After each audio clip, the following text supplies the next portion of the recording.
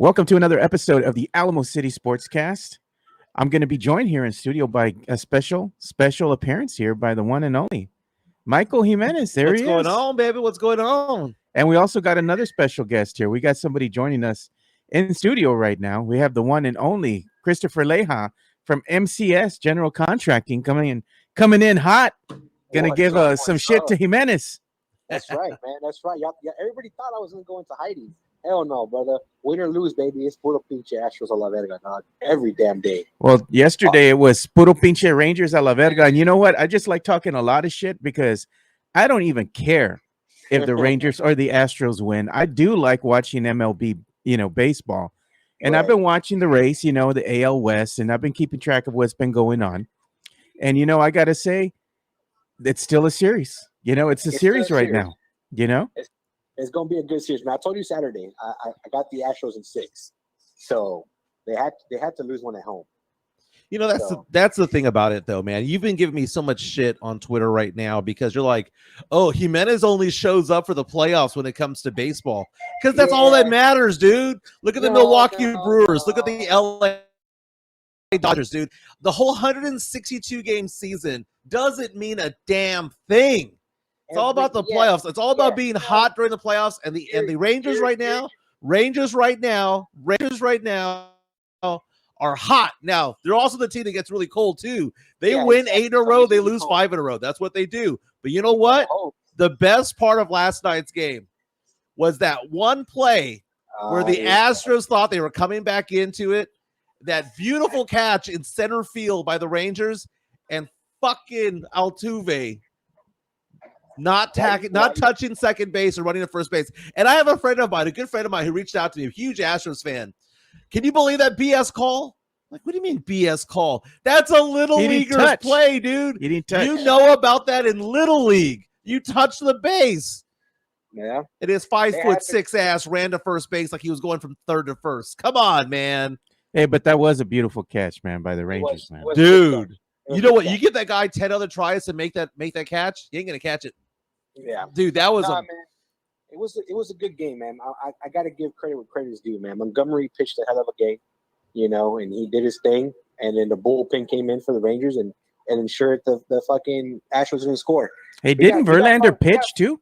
Yeah. Overall, Verlander had obviously, he took the L, but I mean, overall, it was a good game for him as well. He gave up the 2 runs. He had 4 hits. I think it was 4 hits allowed or 5. Yeah, it wasn't a bad showing from Verlander. No, but it wasn't a bad showing. It's just the Astros got on base. They got 5 hits. They just couldn't execute and get the runs. So it was a perfect night for the Rangers because they survive Verlander on the road. They have Verlander go out there and throw more than 100 pitches, and he gets the L. Yeah. That's beautiful. I saw an article. Scherzer doesn't take the L when he goes up to pitch. So I'm not expecting the Rangers to win game 2. I'm not. The Astros have a bit of a thing. The Astros suck at home. In fact, out of all the playoff teams that were in there, they had the worst home record, a losing record at home this year. Yep. But if you see what they did in the last series, they lost game 1. The Astros came back in game 2 and went on. They lost game 2. But if they go down 0-2 and it's going back to Globe, dude. Nah, it wouldn't even worry me because they're a better road team. They are a better road team, but you only have so many road games you got to play, baby. At some point, you got to win at Minute Maid. At some point, you got to win there. Like I said, they will. Last series, they won the first game, they lost the second game, then went to Minnesota and handled both games over there and won it all over there.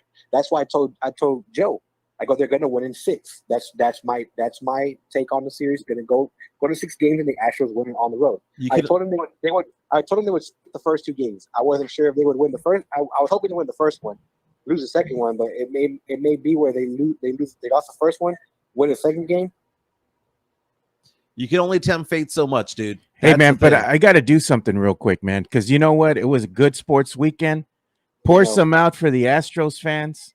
Pour some out for the 49er fans and the pinche Eagles. Pinche lechuzas cagadas. I don't give a damn about them. And the Saints. And you're here, so you know what? This is for y'all. All of y'all.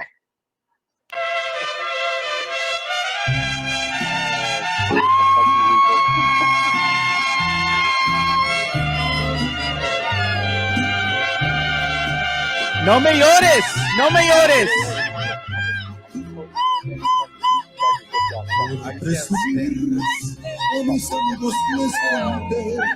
No me llores. No me llores. That is the grito of shame right there, man. Yeah, no shit. It happens. You can't have winning weekends all the time, man. I took some bad L's this weekend. Hey, but you know what? Astros lose, Texas Tech loses. I got to tell you, Chris Leja pulled through, though, man. We had a little get-together over the weekend.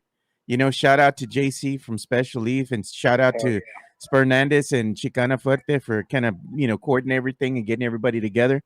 But, man, Chris Leja showed up, and, man, the boy pulled through, bro. He brought it in, and he threw it down on the pit.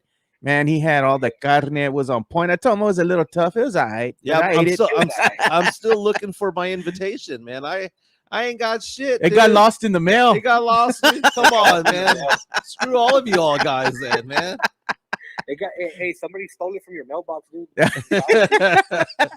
Dude, I am still hungover right now from UTSA. The UTSA game. And beyond that, dude, Jeff Garcia, Ken's 5, Locked On Spurs, met up with him after the game. We went to a couple of you're already drunk and you're still going out. he was still drinking. We went to Joe Blues over there at Blue Star. Oh, we went downstairs to 1919, and then we went to some other bar out there in Southtown as we were just kind of going around. And dude, the drinks that I posted a photo on Twitter. The drinks that he was ordering were fancy, dude. They were like, dude, they were fancy, but man, it's been 36 hours. It's been almost 48 hours. You still woke up drunk? Still hungover. I had 2 of those 28-ounce Gatorades yesterday. Did nothing. You need to put an IV in you, man. You need to go somewhere to like that restoration place. Get some Pedialyte, bro. Get you some Pedialyte. You'll be all right. Got on the Jumbotron at the UTSA game. That was pretty interesting. They allowed you to come out on the Jumbotron? Dude, I've been to 3 UTSA games, man. And I still can't believe they allow you to go, man. Why? They allow you in the parking lot. Dude, it's so to funny. Partake of the tailgate. Dude, it's so funny, dude. Everyone who says that they hate me on social media meets me and they love me in person. Hey, nah. I hate you on social media and I hate you in person. Very nice. So right now we're looking at Joe and his beautiful face with the Dallas Cowboys hat on. Of course, one of 2 things is going to happen tonight. Heartache, dude. Either the Cowboys inch closer to the Eagles and Niners, who both lost games last night, or the Cowboys dropped to 3-3, and suddenly we're going to have a conversation as to whether or not this team will make the playoffs at all. Yeah. Okay, hey, man. So I got a question. Chris. Which one was more shocking to you?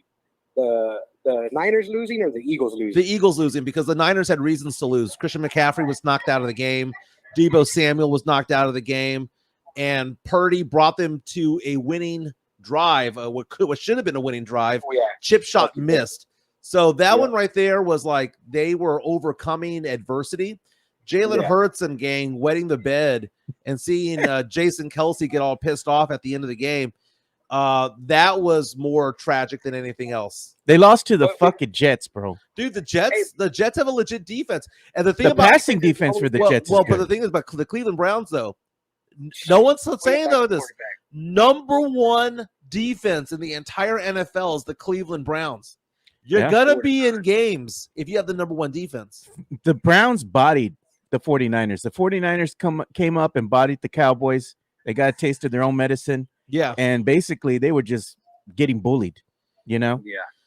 Myles Garrett, though, man. I mean, players like that, it's a hard out, man. And that's the thing. And I know they had a backup. They're playing at quarterback. I get that, but Purdy did enough to get them to winning position. But you look at the standings right now. Miami at 5-1, Buffalo 4-2. Buffalo, dude, almost lost. Should have lost. The Giants there, not scoring on the last possession of the first half because they brain farted there. You have the Jets there at 3-3, and in the North you have Baltimore at 4-2. But look at that, Pittsburgh, Cleveland 3-2. So we say that they lost to the Browns. The Browns are 3-2 with the number 1 defense in the league. Dude, they've given up only 77 points in 5 games. Yeah, hey Leja, I know you got to get going soon, man. So just let me know. Yeah. Yeah, man. I'm about to hop out. I got to get back on the road and get back to his job site. Jimenez doesn't want to show up and pour concrete, so I got to go handle it. Hey, the weather's good. The weather's a little good. bit better now. I don't want to show up hungover to do that. But here's the thing, man. Here's the thing. Jared Goff for MVP? Oh man, I don't know, dude. Jared Goff, 5-1, 5-1. Your Detroit Lions, 5-1. And we said last year when the season ended that the Lions ended on a high note, and they were a good team. So yeah, I don't still know a good team. I don't know if it should be too surprising to everybody that they're 5-1. I mean, they closed out the season last year really strong. Yeah, they got a better record than the damn Cowboys. They're almost the damn Cowboys are almost a 50 team. Well, 50-50 on 500, should I say? The Lions are a better team than the Cowboys. Yeah, I'm just saying, Cowboys are looking to be a 500 team after tonight. You are already, yeah, dude. I'm done with Dak. He belongs to the streets. I'm done with his ass. Dude, you're gonna be paying his ass $59. You know what? I might be a Saints fan. If Jerry extends Dak, I'm done. I already said this to my dad yesterday. I took him out for his birthday lunch, right? Yeah. And me and my dad are talking, and I told my dad, you know what? If Jerry Jones extends Dak Prescott, I'm fucking done. Give me my form. Where do I sign? I want to be part of a winning culture and a winning team. I'm tired of this shit. I had enough. I'm done. I'm done. I don't blame you because if that happens, holy shit, dude, that's just gonna be a stupid business decision. And it just proves to you that he doesn't care about winning. He just cares about making money. He cares about being in the headlines, and that's all he cares about the clicks. That's all it is for Jerry Jones. He sells a shit ton of T-shirts, dude. I might just join the Bills Mafia, bro. Fuck it. Oh, the Bills Mafia. That's not a bad one, dude. That's not bad at all. I can see being a supporter of that, but everybody needs to have that Sancha team, dude. Everyone needs. I might have to go with the Lions. Fuck, man. The Lions are good, bro. And I'm happy for them. Dude. It's so funny because I was talking to somebody after the Cowboys lost to the Niners, and the whole idea of being called America's team. I have been saying this for years. If the Cowboys go 30 years without making it to the Super Bowl or even the NFC Championship game, they need to physically remove America's team from their name because it is the biggest affront to anything, because America is not for losers. It's the curse is real. The loser team. The curse is real with the Cowboys. Jerry Jones does not put in Jimmy Johnson in that Ring of Honor. They're going to be a cursed fucking team for eternity. That son of a bitch needs to do the right thing and put Jimmy Johnson in the Ring of Honor. True. Give him his flowers. He deserves it while he's still alive, man. Like, come on, dude. True. What are you doing? True. And here's the thing, though. You want to know when it all changed for the Cowboys? When they fired Jimmy Johnson. It is it's when they instituted a salary cap in the NFL. Oh, yeah. The salary cap was instituted after the Cowboys won their second of 3 Super Bowls. They already had the deck stacked in 95-96 season. And after that, when everything got, evened out, and that's why baseball sucks, dude. I mean, come on. You have certain teams out there that outspend other teams by 3 or 4 times, and it's so stupid. But in the NFL, there is parity. And there's parity because the salary cap relatively exists equally across the board. No, you know what it is? And the Cowboys show that in a salary cap era, you need to have smart people in the general manager spot. You need to have smart people in the president spot, player personnel, and instead they all have the name Jones in them, like they understand what's going on. You know why why the Cowboys are America's team and they're still relevant? And this is the perfect example right here, David Atwater. America loves drama. The Dallas Cowboys are the fucking basketball wives of the NFL. Yeah. They're draped in drama, bro. No, they're the greatest reality show out there. But that's the thing. At some point, you got to win. You got to do something. Yeah. And it's so funny because you have all these people. Anytime I see somebody who's 30 years and younger say America's team, shut the fuck up. You've never seen this team win a Super Bowl. Yeah, you have to be 35 years old to remember a Cowboys Super Bowl victory. Like legitimately remember watching the game. So they go to 30 years. What is that? 3 years from now? They go 30 years. Stop with this America's team nonsense. I don't care what the ratings say. I don't care about Stephen A. Smith and Skip Bayless and all that when they start talking about it in the mornings. It is an absolute joke. There are certain teams that should not go that long without winning. Hey, That is the Dodgers. That is the Lakers, the Cowboys, the Yankees, and then I would go on to say that the only team that is worse than the Cowboys when it comes to all this is the Knicks. Knicks haven't won shit in over 50 years. And when I hear, New York is basketball mecca, not professionally. You kidding me? What's up, Leha? Because I know you got to bounce, dude. Let's go ahead and give you some time here, man. Yeah. Got anything in closing here? Yeah, man. All I gotta say is, I hope the Cowboys fucking lose tonight. I do too. I hope the Astros fucking lose, bro. I do too. I hope they fucking lose. Maybe they do, and maybe they win four in a row because I need them to win in 6. Big Papi said last night, man, he's 7-0 in his predictions when it comes to the postseason, and he has the Astros in 6. So I'm hoping that for my sake, he goes 8-0. I'm gonna tell you something, man. This is not the same Rangers team. The Rangers have caught fire at the right time. They went through the wild card. They dispatched the Orioles. I mean, they dispatched the Rays first. Then they went and dispatched the Orioles handedly, and now they're on fire, bro. And they're facing the Astros. I'm just saying the Rangers are not the same Rangers of old. No, they're not, and I hope their bats don't get cold because pitching wise is going to be a good matchup every single game. It is, So the thing it's going to come down to who's gonna blink first. Yeah, I think it's mistakes too, Chris. I think it's mistakes. Who doesn't make the most mistakes? No, for sure. Whoever doesn't make the most mistakes and whoever's bats don't get the coldest is going to pull off. Hey, but Chris, pitching wise, like I said, they're good pitching teams, both of them. Yeah, Chris, I read a good column the other day. I want to say it was on SI.com, saying that the Astros are playing the Astros of 5 years ago or 5 or 6 years ago, and it was saying that the parallels between when Altuve and all those guys came up in 2016 and were getting really, really, really good. Yeah. It says that the blend of a certain number of veterans and a certain number of rookies and second-year players who shouldn't be doing so well kind of came together, the Astros of 2016, that the Astros now are playing the version of them that came out back in the day. And I found that to be an interesting parallel. No, yeah. I mean, like I said, Corey Seager, man, is a hell of a player. The Rangers do have a great lineup. When it comes to their guys on the field and their pitching, man, and they got a good bullpen. So, like I said, I'm always going to keep talking smack, but I do believe they're a solid team. You got to give them credit when credit is due. You can't knock them.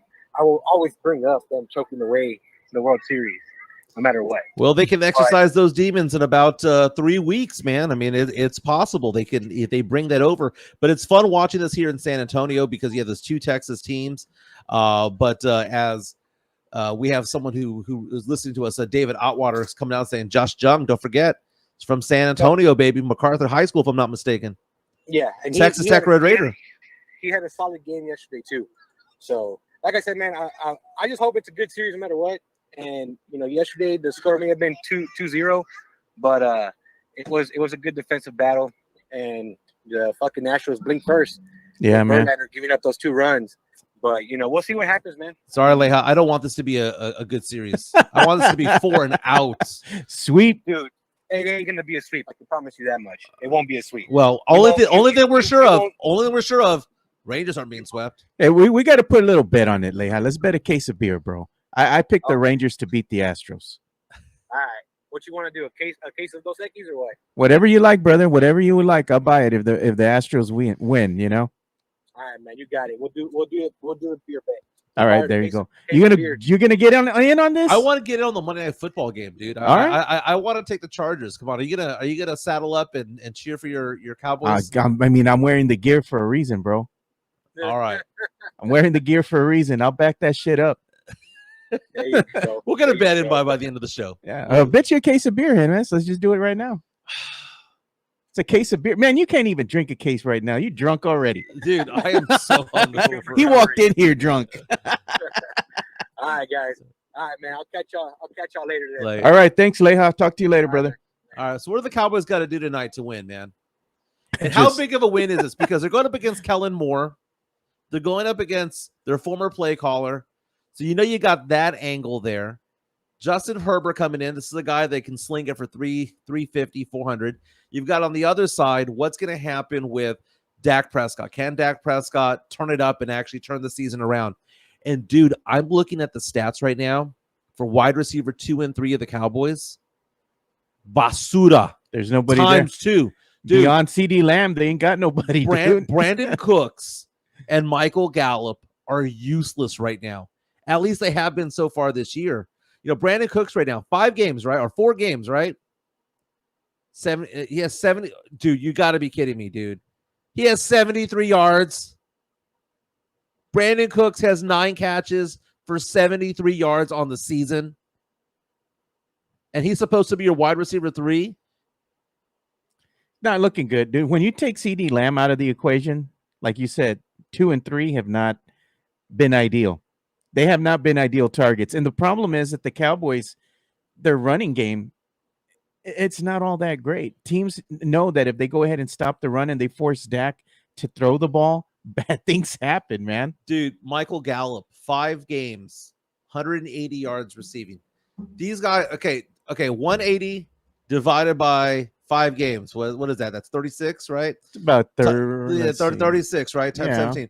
Your number 2 receiver is going to get 600 yards on pace, 612 in a 17-game season, not a 16-game season. Just saying, dude. It's trash, dude. Like those 2 combined are on track to have less than 1,000 yards combined. And you can blame a lot of people, but at the end of the day, it all falls under the coaching staff. Basically, it falls under McCarthy and him not getting these players prepared the right way for the game. At some point, it's the player's fault, dude. But it's the coach. Isn't the coach's responsibility is to motivate these players? It can't be the players get the glory and the coach is the one that gets run over. I'm just saying he's under the microscope. Well, he is. And at the end of the day, dude, I was talking to somebody the other day and we were talking about Dak Prescott.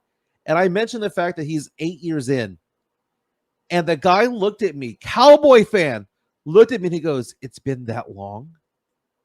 I'm like, yeah, it's been that long since he came in for Tony Romo.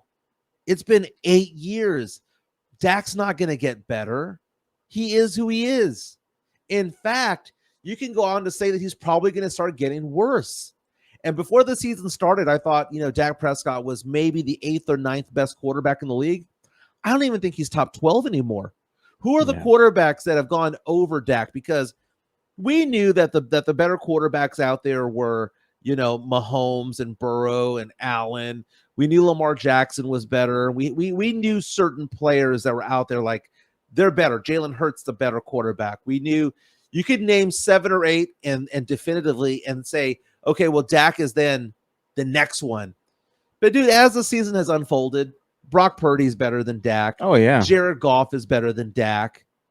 Dak is just garbage, dude. He's garbage. He's a mediocre quarterback. He is now average. Yeah, I've always said he was a good quarterback, not a great one. He's no longer a good quarterback. He's an average one. His best year, I think, so far has been his rookie season. He came out during his first 2 seasons and he looked great. After that, he just hasn't looked very good. And you can attribute it. Oh, he had a leg injury. His ankle, when he broke his ankle and whatnot, came back. He didn't look his best the following season, but still, he's still showing you his tendencies. And that is, he's not very accurate. Mm-hmm. He can't throw on the run. He has to stay inside the pocket. I mean, he's just not a very versatile quarterback. And he's garnering all this money. He's just not worth it at this point. You got to move on. And like I said, if Jerry goes ahead and does the stupid thing and he says, I'm going to extend Dak, I'm done. I'm not going to stick around for another 4 or 5 years of mediocrity. I'm done. And that's the thing is that they're going to extend him, dude. I'm done. And it's almost like mathematically so, because I don't know how the salary cap works. I mean, the salary cap is not like I understand the NBA. The NBA is a little bit weird. You got the bird rules. You've got certain exemptions, but at some point you can figure it out. The NFL is just so bizarre. But the fact of the matter is that he is somebody who's going to count over $59 million against the cap unless they restructure his deal. And I think that the problem with Jerry Jones is he is too loyal to some of these players. He is somebody that will look at these players, think that they're kind of like a son to him, and it's just bizarre. It is absolutely bizarre. Yeah, we got to do a quick ad read here for our boy MCS General Contracting. You got to go ahead and give him some love. And you know what? We appreciate everything you do for us, Chris. And you know, if you ever need anything as far as your concrete, you need patios, you need a consultation. I know you needed a consultation. Right. He went over to your house and he checked out, you know, that little patio area that you have in the front that's chipping away. Told you what to do. Yeah. So he was telling me when it came to the patio there. One of the good things he told me, though, he said that my foundation was pretty good, solid. That every once in a while you're gonna see a crack, but that doesn't mean that the house foundation is bad. He was saying, no, this is just kind of a stress thing. It just is what it is, but you can make it look better. And he was giving me all these different options out there. So MCS General Contracting, I know that they're also working with Cynthia J. Sanchez of J. Parr Real Estate because she wants a basketball court put up in her backyard with the lines, and the court and all that stuff. So there are a lot of different things that they can do. You know, they do swimming pools, they do parking lots, they do foundations for the slabs for homes and businesses. MCS General Contracting, 210-774-9155. Yeah, definitely give them a call if you need anything when it comes to your foundation needs, parking lot needs. And like you were saying, if you're a business, what's the main thing that you have to have? Dude, we've been told parking lot, dude. The right parking lot is what's needed. Exactly. So give Chris a call if you ever need anything. So one of the things that we got to talk about too, man, here is not just what's going on with the Astros and the Rangers, and we had the NFL, but UTSA, you were at the tailgate, you saw the game. Yeah. They played UAB. And the thing is, we were watching it over there with JC from Special Leaf and all the other people that gathered for the little, I guess, little gathering. Soiree. Yeah, soiree, that we had out there. It was nice. I got to say, it was kind of a little bit of a more competitive game than people had thought because UAB and UTSA went up early, 21-7. Right. And also, and you would look, if you blinked, it was in the first quarter. I'm like, well, damn, UTSA's on a tear, man. And then UAB made a little game of it, and they came back, and it was like 13-27, I think, near the halftime. And then UTSA came out, second half, finally put the game away. Yeah, I didn't feel at any point that the Roadrunners were in danger of losing that game. No, it was just competitive, a little for the first two quarters. It tightened up a little bit, but you go on there and see what UTSA was able to do, and UTSA was able to run the ball. I mean, that was basically it. They beat UAB 41-20.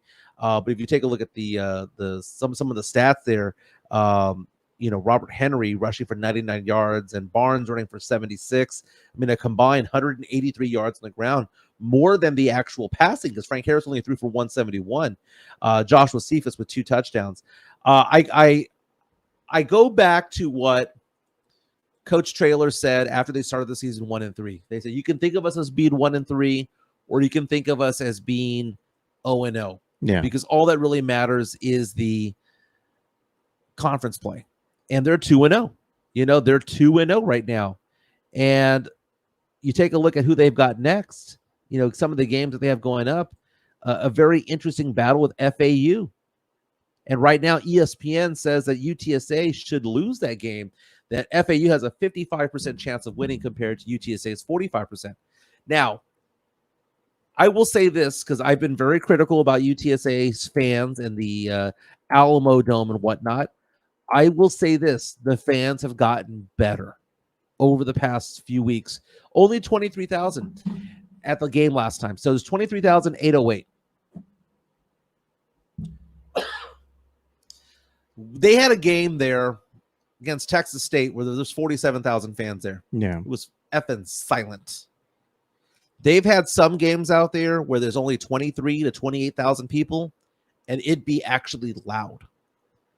And that goes back to being that there's certain diehards that go that when they are there are very loud.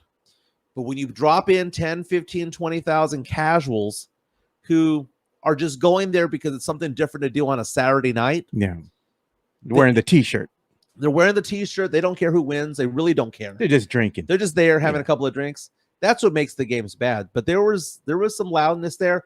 And by the way, I got to meet before the game started. I got to meet a player that UTSA is recruiting. He's a tall white wide receiver from the Dallas area.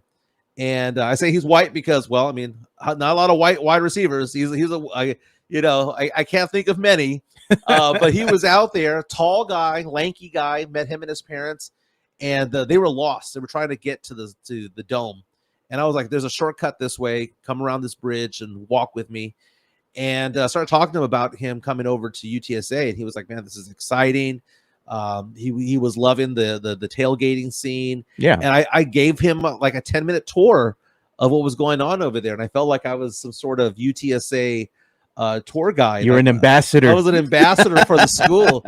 And no, I was telling him, I was like, welcome. Should have given him a shot or something, man. You always carrying a bag of shots or ice chest full of shots. I barter. I brought 40 shots of Fireball. Yeah. That's your barter. Yes, Yeah. that's exactly it. I'll give you 3 for a burger. For a burger. And it works though, right? Does, dude. It does. Who's work. going to turn down a shot? Come on now. And we had some comments here in the chat. And look, Tim Gonzalez is saying, UAB quarterback is from San Antonio and John J. grad. That's probably why he did. I won't say it, dude. I won't say it. You better not have scared him away. Look at that, Chris Leon. Mike holding his hand. Come on, mijo. Is that, am I giving it away that I'm still hungover? Is that what that is? Oh man, dude, the amount of napping that I did coming in and out of those football games yesterday. You had the Sunday ticket coming in and out of consciousness. Well, yeah, it's like the game's just starting. Early second quarter, you fall asleep and you wake up and it's halftime, and then you're watching the third quarter for a while. Then you wake up and it's early part of fourth quarter. I did that the entire night. Damn, the entire you're sleeping it off, man. But man, I don't know what the heck Jeff Garcia was ordering, because they came in these little. You know how like on New Year's Eve you get the champagne toast, and it's this little glass. Yeah. That it's go on my Twitter. I posted a photo. Is it green? No. He was ordering these bourbon drinks. Okay. But they were fancy. Oh yeah, at Bar 1919. And he was telling me, you don't down this one. You sip on it. Yeah. And I'm like, okay. And I like bourbon. Bourbon's my favorite. But he got me messed up, dude. Yeah, the other thing, I didn't feel it till the next day. I got home and I was like, fine, let me just walk around. Yeah. But it was the next day I was waking up and I was like, oh my God, my head hurts. It started to hit me. It hit me late. Yeah. It hit me late. AC asked the question, is this the start of a roofie story? You got roofied? I've been roofied one time. You want me to tell the story? Oh God, man. I think you did tell us a while back. So back in the day, there used to be a nightclub on the Riverwalk called Polyesters. I remember that. Okay. I went there a couple of times with the wife way back when. It was a 3-story thing. You had the level that was on the Riverwalk, you had the street level, and then you had an upstairs level. And I always tell the story because, I haven't always been a very religious guy, but I walked into the place with my ex-wife. And it was a weird night because this was back when I was a TV news reporter, and I had my media friends and I had my friends from high school. And it was the first time I had brought them both together. And we walk into Polyesters to have a great time. And as I'm walking through the door, I didn't want to walk in anymore. Like, I physically felt the presence of evil in the building. No. So I sat down on one of the couches, did not drink anything, just kept to myself. And I felt ugly. I felt like anxiety. But the anxiety was I just felt evil. I don't know how else to explain it, right? Because I'm not that guy. But that night I was. Finally, I was convinced. Michael, quit being a stick in the mud. You've been wanting these people to get together for the longest time. Yeah. Just go out and have a couple of drinks. Had a couple of drinks. That was it, right? Then I was being carried out the stairs. Damn. To my car. 2 of my friends went to the hospital. I didn't because I barfed it up. but we all had the date rape drug in our system. And a friend of mine had his stomach pumped. Another one had to go to the hospital for it all. How did they put that much in all these drinks? So, and that was the thing. They were telling me, what police were telling me later on was that people were, and this was around Halloween time, by the way, like the week of Halloween. Yeah. That they were squirting it from Visine containers, that they put a liquid form in there, and you can kind of just squirt it. So the weird thing was that, as I mentioned, I was a TV news reporter at KBB back in the day, and I went back to Polyesters like 4 or 5 days later, and I went to go complain. Yeah. Because not only did that happen, I had a $700 bill on my debit card when I only got like 2 drinks. Oh, okay. So somebody was screwing with me on that point. I got the bank involved. The bank cleared it out. And the thing about the police was that if I was to file a police report and say who was there, it was a bunch of media members that were there, and I didn't want to get them. You didn't want to get them implicated, publicized. Yeah. So long story short, when it comes to it, I got into a verbal altercation with the person who was the general manager of the place, or one of the managers there. Then I went to go cover a murder, and it turns out he got murdered. And I was at the scene of his murder like 4 days later. And I'm thinking to myself, I'm glad that I wasn't questioned about that, because I got into a verbal argument with this motherfucker. They're going to be like, Jimenez? Yeah. We got you on camera. Oh, like, who else did he screw over? Oh my God, dude, that's horrible, man. Hopefully that never happens to anybody. Yeah, dude, and it's weird because you know everything that's going on. You can hear what people are saying, but you just can't physically move your body. It's like sleep paralysis, but you're actually wide awake. Yeah, that's awful, man. It's crazy. Hey, one of the things I wanted to talk about too, and they were putting it in the chat already. Colorado, they blew that lead on Friday night against Stanford. 29. 29. They were 29 points up. You had a 29-point lead, and at the end of the day, when it's all said and done in overtime, Stanford beats Colorado 46-43. I'm going to look up right now.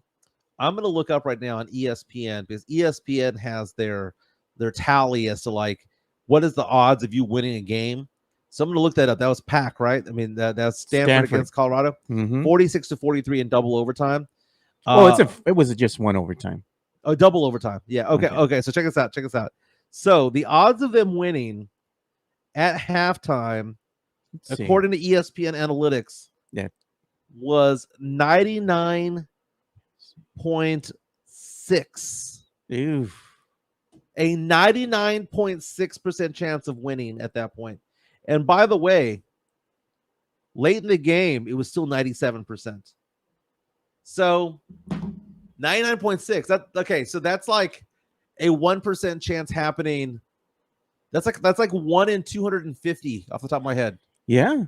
And look at Stanford's record. They're 2-4. So one of their 2 wins is against Colorado. Yeah. Colorado's 4-3. And of course, they've already quadrupled their wins from the prior season.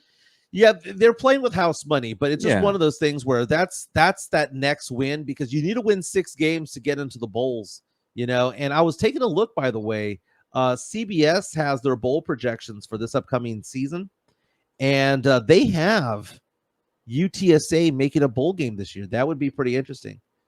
They have UTSA taking on one of the Sun Belt teams.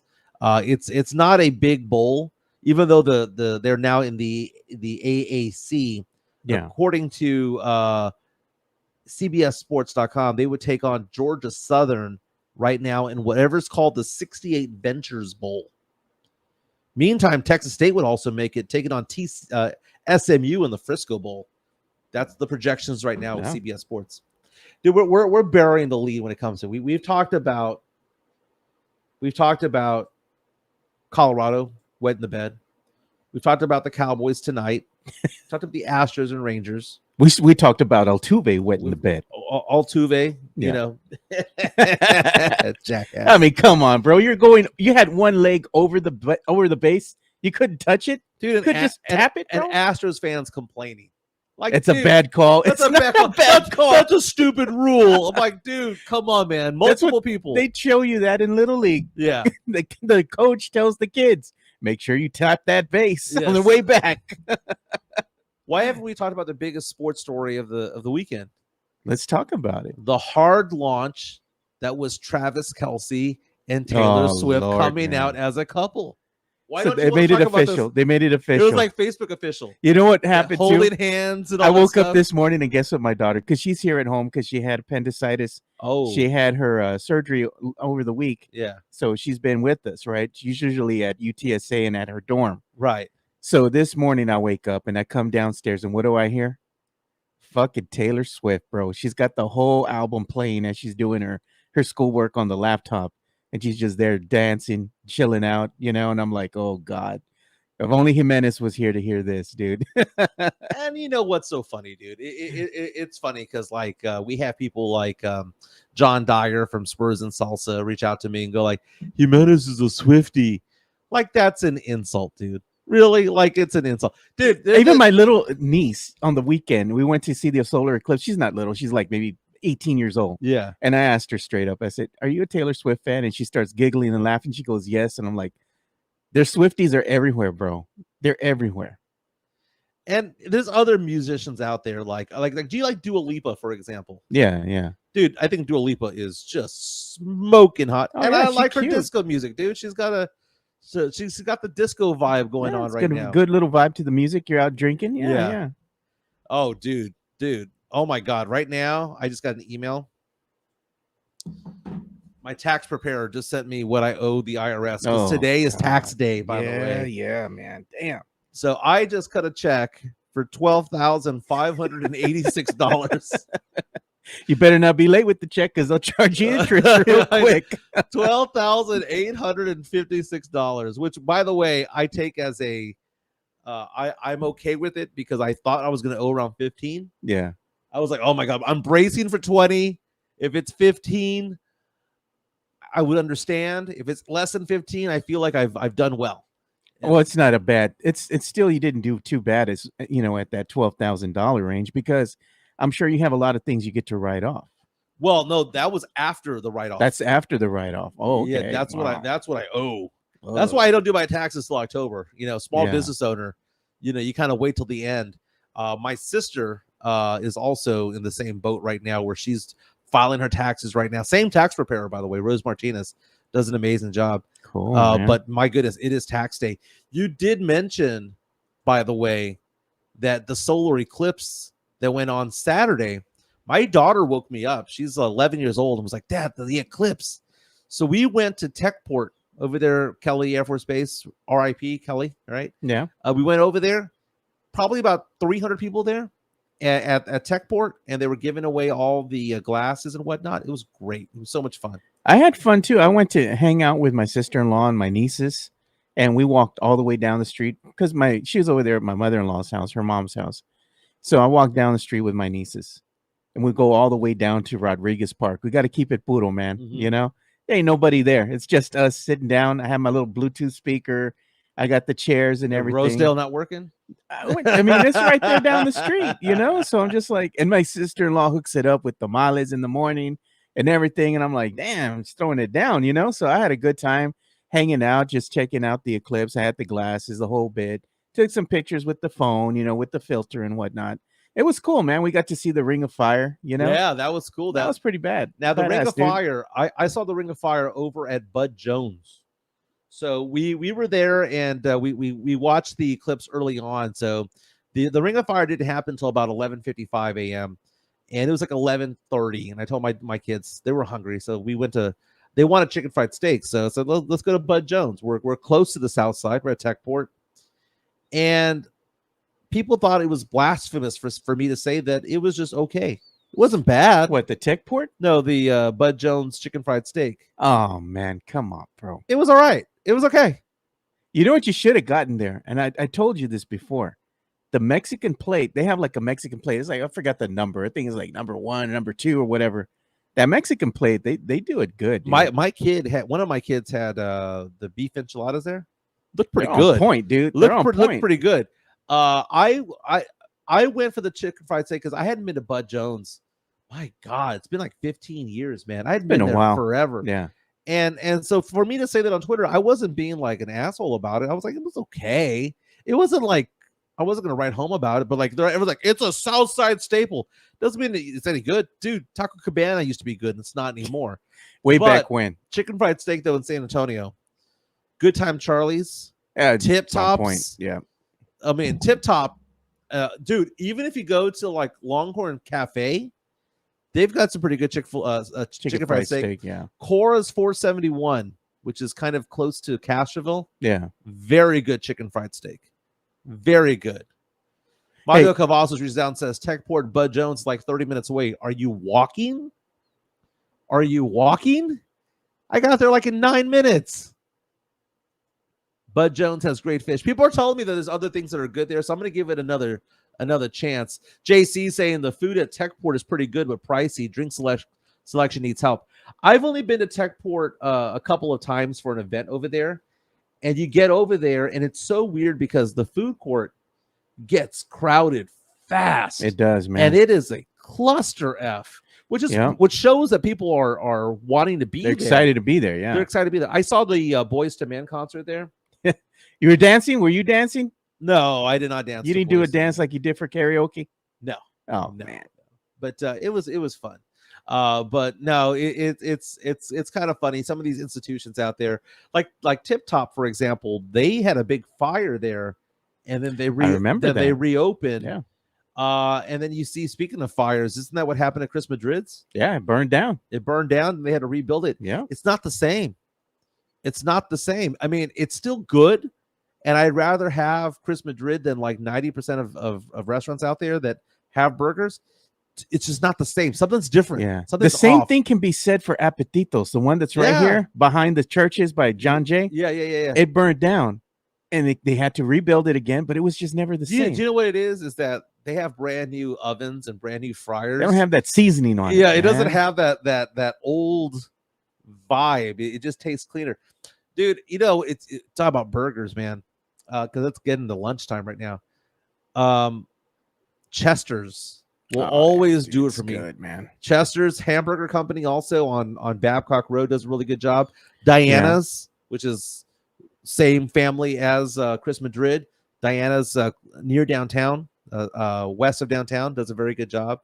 Man, there's a lot of good places here in town when it comes to things like that, man. Hey, one thing that we got to share too, man. Our friend here, friend of the show, Tex-Mex Frank. He did it right today, man.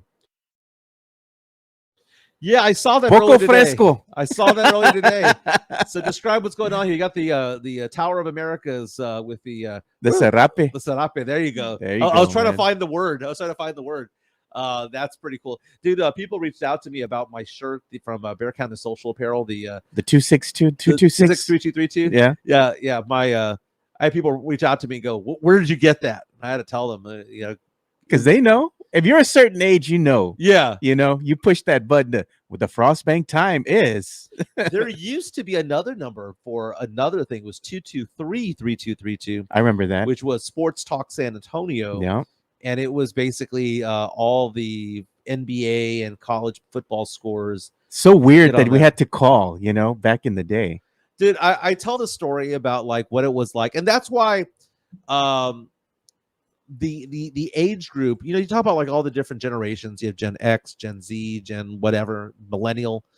But I'm a firm believer in that Zennial time frame. And some people say it's 77 to 83. Yeah. But I really think it's closer to 74 to 84. It's a micro group where you were the first to do something like the internet. I remember when they rolled the internet out to Holmes High School, my junior year of high school. It was a big how to do. Dude, and you had to sign up for like, dude, I'm going to be on the internet Wednesday at 3. Like, oh my God. Yeah, what am I going to look up? and it's just different, man. Dude, I remember, growing up, we used to have this one TV where you had this knob that you pulled out to turn it on, but the knob kept coming out, so we had pliers sticking out of it for like 3 years. Yeah, you had to go and pull the plier and turn it up, and then if the pliers were missing because my dad was actually using them, you had to lick the pinkies and put your fingers in there and try to snap that thing out. Yeah, God, man, our kids will never know what it was like, man. Well, and I feel like an old man saying that, man. Look at this, Mario Cavazos, dude. You would call for movie times. Remember, you had to look at the newspaper. Movie phone. Yeah, and you had to look at the newspaper. Let me see what the movie times are like. Dude, speaking of movies, dude, after the whole thing at Bud Jones, I was telling my kids, let's go to Oh my God, man, Chris. What's that? Look what he's putting up here. You were at looking John for Jay the on the nudes. internet. You're looking for nudes. Paige Peronic. Paige Peronic. No, that was not Paige Peronic. Who would have been the hottie back then? That would have been Tiffany Amber Thiessen. Well, but she was a teenager. Like, who was the 25-year-old back then? I don't know. You probably got Virginia like the Virginia Madsen. Or you something had like the that. models. What's her name? Cindy Crawford. Cindy Crawford. Yeah, but she wasn't doing cochino stuff. Nah, she wasn't. No, I was trying to find a movie for the kids this past weekend. Ain't nothing out there right now. It's all horror or Taylor Swift. That's it. You haven't seen. My wife got addicted over the weekend watching that new Goosebumps series. I don't know what streaming service it comes out on. Yeah, but that one's pretty cool to watch with the kids because it's not there's not cochino stuff in it. Yeah, it's like one of those that's made for like the young teen era, age group. I think you could watch that with the kids, man. Hey, but they also have something that I saw on Instagram. Somebody was sharing a photo of like a Nightmare Before Christmas themed area that they have. And I know that they're doing something at the art museum where they have a Nightmare Before Christmas exhibit right now, for Halloween. That's something I'm wanting to go and check out with my kids because they love that movie. So if your kids are like into that claymation kind of thing, that Tim Burton stuff, you should take them there, man. The Tim Burton stuff's interesting, man. Yeah. From back in the day. I still go back to when Netflix dropped Wednesday last year. Yeah, that was really good. I've gone back and revisited that show. I've watched it a second and third time. Jenna Ortega was amazing. Oh yeah, my wife watched it. Now I watched an episode or two, and then I had to get back to work. And I was like, it's not bad. Yeah, it wasn't bad at all. Catherine Zeta-Jones. Hey, one of the things we got to go ahead and give a shout out to here, man, is the OG herself, man, Miss Thigh Master. Pour some out, man. Suzanne Summers. She spent, I don't know how many years already battling breast cancer. I think it was 20 years already. It was 20 years, yeah. 20 years. Can you imagine? And she even came out on Dancing with the Stars. It's the whole thing about breast cancer scares the living crap. Cancer sucks in general, just cancer itself. But Suzanne Summers, she's been battled it for 20 years. My aunt in California has been battling it for 20 years herself. It is brutal. It's brutal awful. Because you go into remission, you feel better, and then boom, it comes back, and then it comes back with a vengeance when it comes back. Yeah, and that's a very, very scary thing. Some people are blessed, fortunate enough to have it done with, and they get it, it gets caught, they get treated, and it never comes back. But then there's those unlucky ones where it comes back, goes away, it comes back, it goes away. Suzanne Summers, for so long, she was 73 years old, 74 years old, around there. Yeah, she was still kind of young. Yeah, and she was known not only for Three's Company. She had that show Step by Step in the 90s. That was one of the beginnings of TGIF on ABC.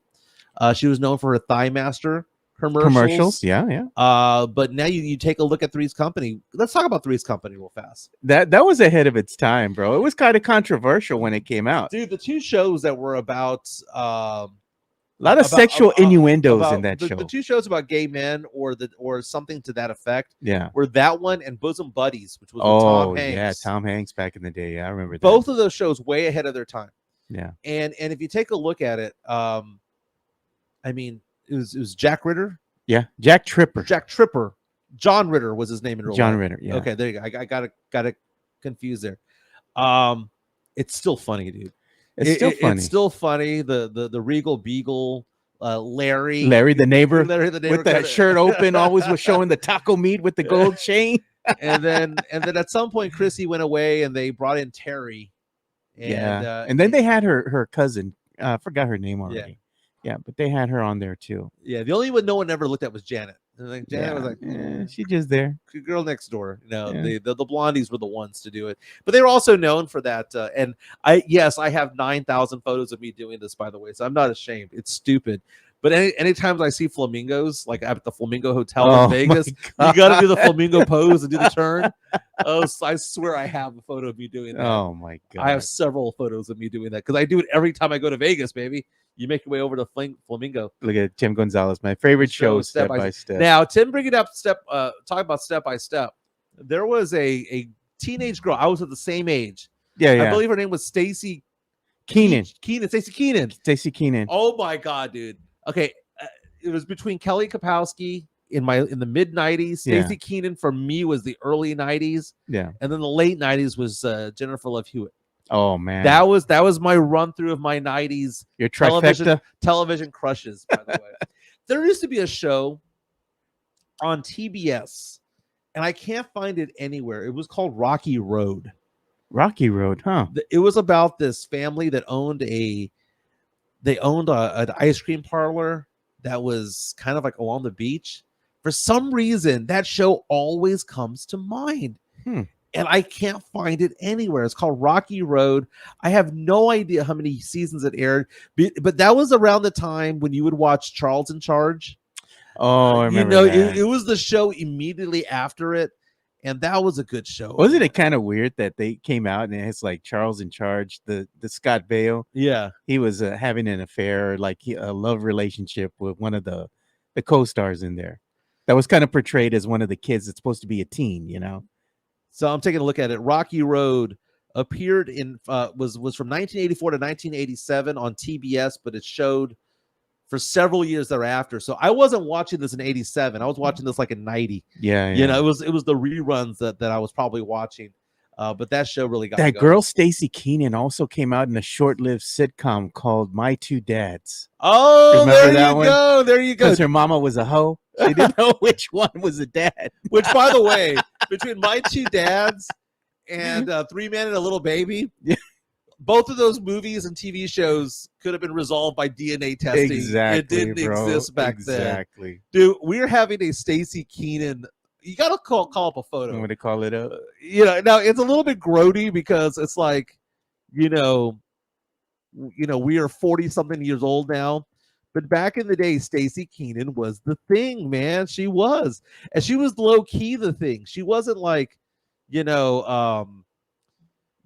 wasn't like the sex star. She was the girl next door that everybody was in love with. Look, I got a good picture of her, dude. And here it is. Let's see this. By the way, you know what she does now? What's she doing?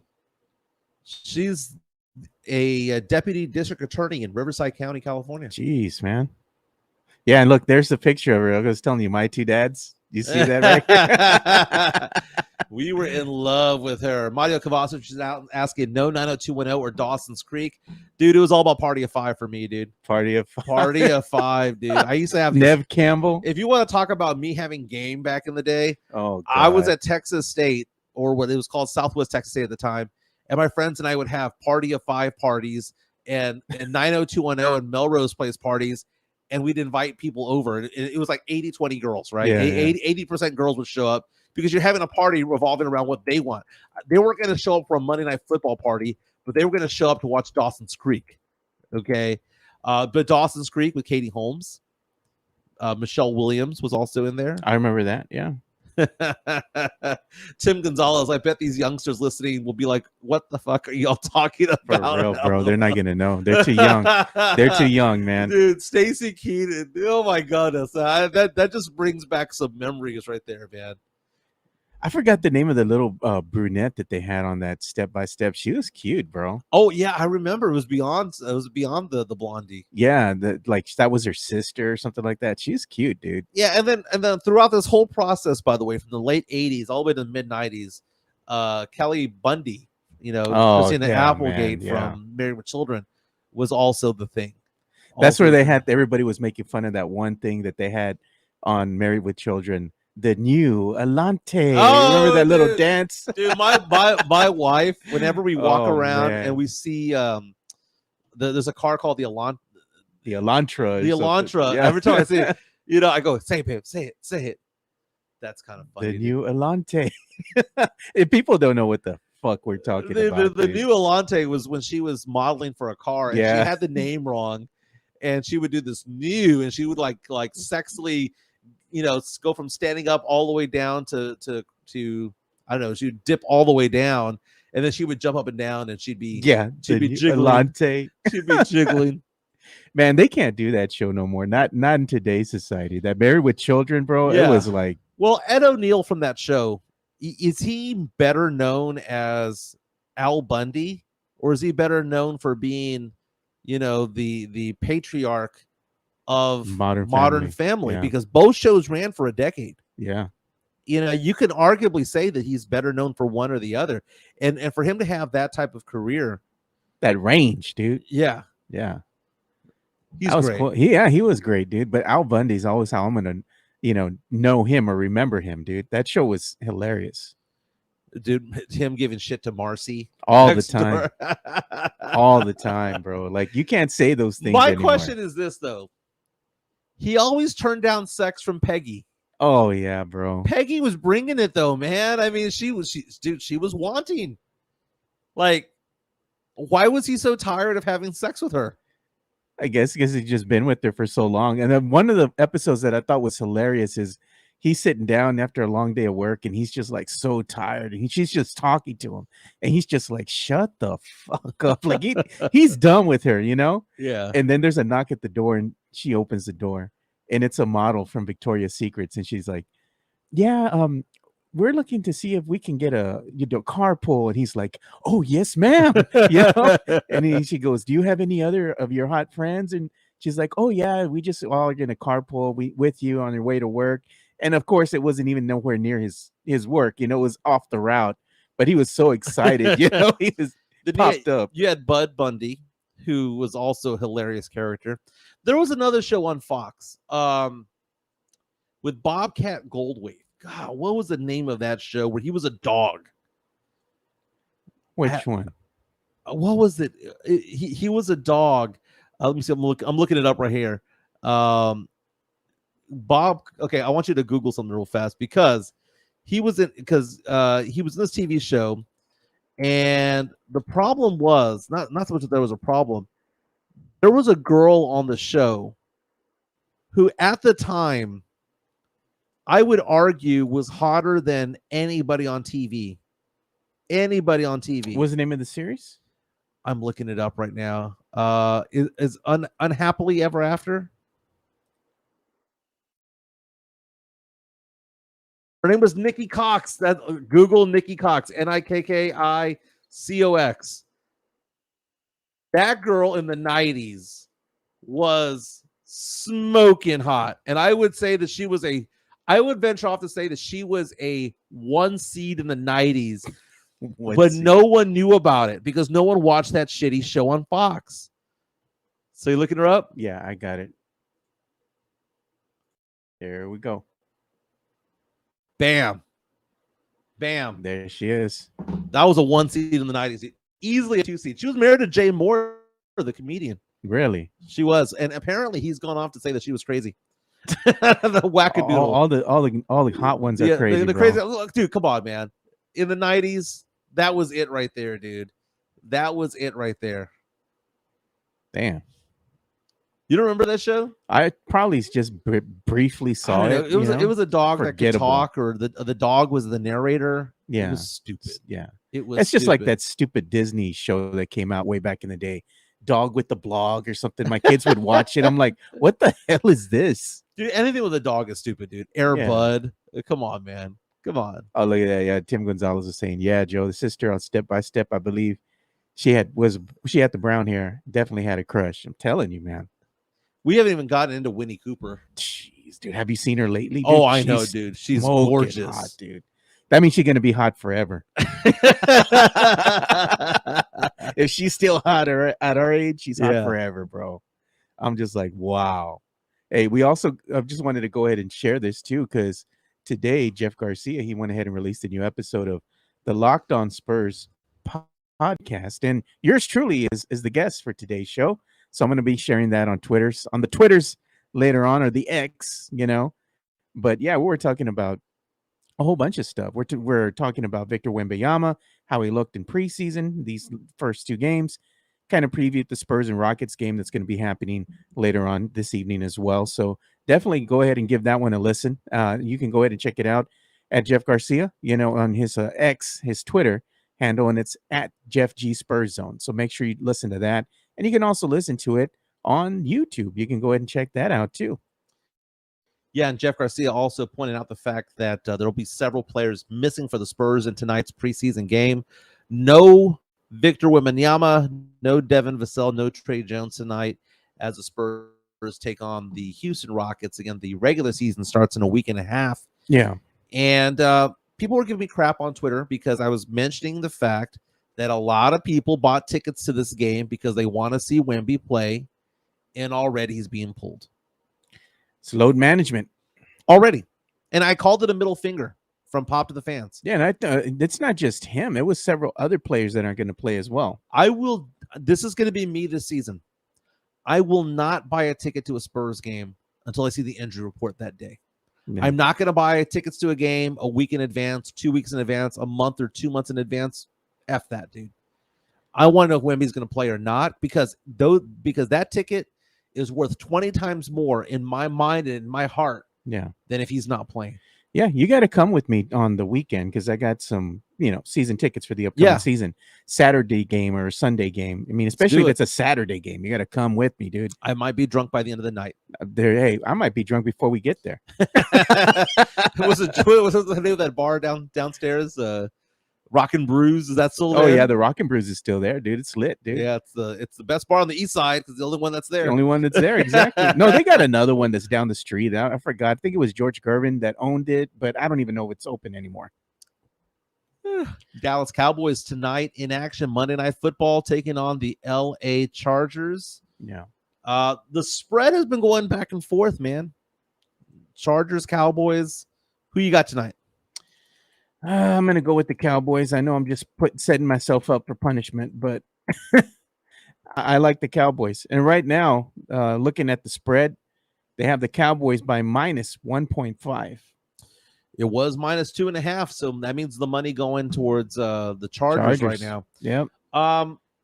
Over-unders at 50.5, so the Cowboys are at minus 10, and same thing with the Chargers. See, the one thing that I will say about them playing over there is that L.A., you have a lot of Cowboy fans over there. They do the training camp in Oxnard, which is basically an hour drive from SoFi Stadium. So you have that going on. And then you have the fact that the LA Chargers don't have a fan base in LA because they're from San Diego. Yep. So there'll probably be just as many people cheering for the Cowboys, if not more. It's going to be a quasi home game. But it's one of those things. Can the Cowboys put it all together? Can the Cowboys actually execute an offensive plan that is not as predictable as it's been the past few weeks? The Cowboys have been going out there. The play calling's been shit. It's been horrible. They've been running when they should be passing. They become predictable on their first downs. I'm just like, I mean, it's bad. Somebody needs to step up at wide receiver that is not named CeeDee Lamb. Go and catch a ball, just man. Somebody. Run a decent route. I mean, where's that been? Just go out and run a decent route. And Dak, feel free to throw off your left foot. Because none of this fading away off, throwing it off your right foot. He's looked like Uncle Rico, dude, from, was it the freaking Napoleon Dynamite, bro? I'm like, come on, man. I have to take the Chargers tonight. I have to. And then you have that battle between Kellen Moore's play calling versus Mike McCarthy. I'm going to take the Chargers tonight, and we're going to have this conversation as to whether or not the Cowboys are even a playoff team at this point. If they don't win tonight, I mean, they're already 3-2. If they don't win tonight, they're going to become a 500 team at 3-3. Mm-hmm. Latest standings from the NFC East, Cowboys are right behind the Philadelphia Eagles, who have a commanding lead because they've only lost one game. I believe they're like 5-1. Cowboys are going to be arguably 3-3 after tonight. If they win, helps them a little bit more, but they're not going to win the division. There's no way they're getting past the Eagles. Vegas had the over-under of the Cowboys before the season started at 9.5. Yeah. Now, I knew that was not going to be the case because the Eagles are a better team than the Cowboys. Yes, they lost against the Jets, but that happens when you're a good team, you lose against some of these lesser teams. Like they said, any given Sunday, it can happen. And congrats to the Houston Texans knocking out the Saints yesterday. The Saints, yeah. That was a game that was close. Hey, Saints were knocking on the door near the end, dude. At no point did I believe the Saints were going to win that game. At no point. The Saints red zone offense is just as bad as the Cowboys red zone offense. That's the problem. You get it. You can march it from the 20 to the 20, but if you can't get those next 20 yards, you ain't going to be winning a lot of games. Yeah, we're going to have to start bringing the show to a close because I'm going to have to start getting ready to hit the login button over here at work. But before I do that, I want to go ahead and give a shout out here to Jeff Garcia, who's a sponsor of the show. So let's go ahead and give a quick shout out to the Locked On Spurs podcast. It's your daily Spurs content that's coming out, and he's going to be back on the horse again, releasing episodes every single day. And you can catch those episodes on YouTube, and you can also look for the release that he goes ahead and puts out on his Twitter, which is at Jeff G Spurs Zone. So if you're looking for your daily Spurs content, go no further. Look for the Locked On Spurs podcast with the one and only Jeff Garcia. And today, again, you guys are previewing the preseason game tonight against the Rockets. So we have that going on. Jeff Garcia, again, daily content, but it's a lot of interesting content out there. He has a story about Dominic Barlow and his upside. Dominic Barlow played a lot of minutes in the last preseason game. Yeah, so we're talking about that as well. So, but shout out to Jeff Garcia, Locked On Spurs, and Kens5.com. By the way, the Locked On Spurs, not only available on YouTube and on Spotify and wherever you get your podcasts, but oftentimes it's on Kens5.com itself. Yeah, right on the website. Yeah, I've been on there a couple of times. But this has been fun. Yeah. Do it again. Hopefully on Friday. Go Rangers. Yeah, go Rangers, man. I just want the Rangers to win so they can get a commanding 2-0 lead. Yeah, and then the Astros going to be like, well, we got 2. That's what they're going to do. And I'll be like, yeah, we knocked you guys out. I really think it's going to go 6. It could go 7, but if the Astros are playing at Minute Maid, it's not going to end well. Man, the Rangers, though, God, that's the streakiest team in all of baseball, man. They just got fire at the right time, dude. They caught fire, man. But I think that's what it's about, you know. Look at the Astros. You know, when they went in the wild card, they caught fire at the right time, and they just rode that streak all the way to a World Series. Dude, when Chapman gave up that long drive to center field yesterday, I thought, oh my God, the game's gonna be tied at 2. But if it had been hit 15 feet to the left, it's out of the park. Out of the park. But because of the Minute Maid is so stupid and how it's all designed, it's tiny.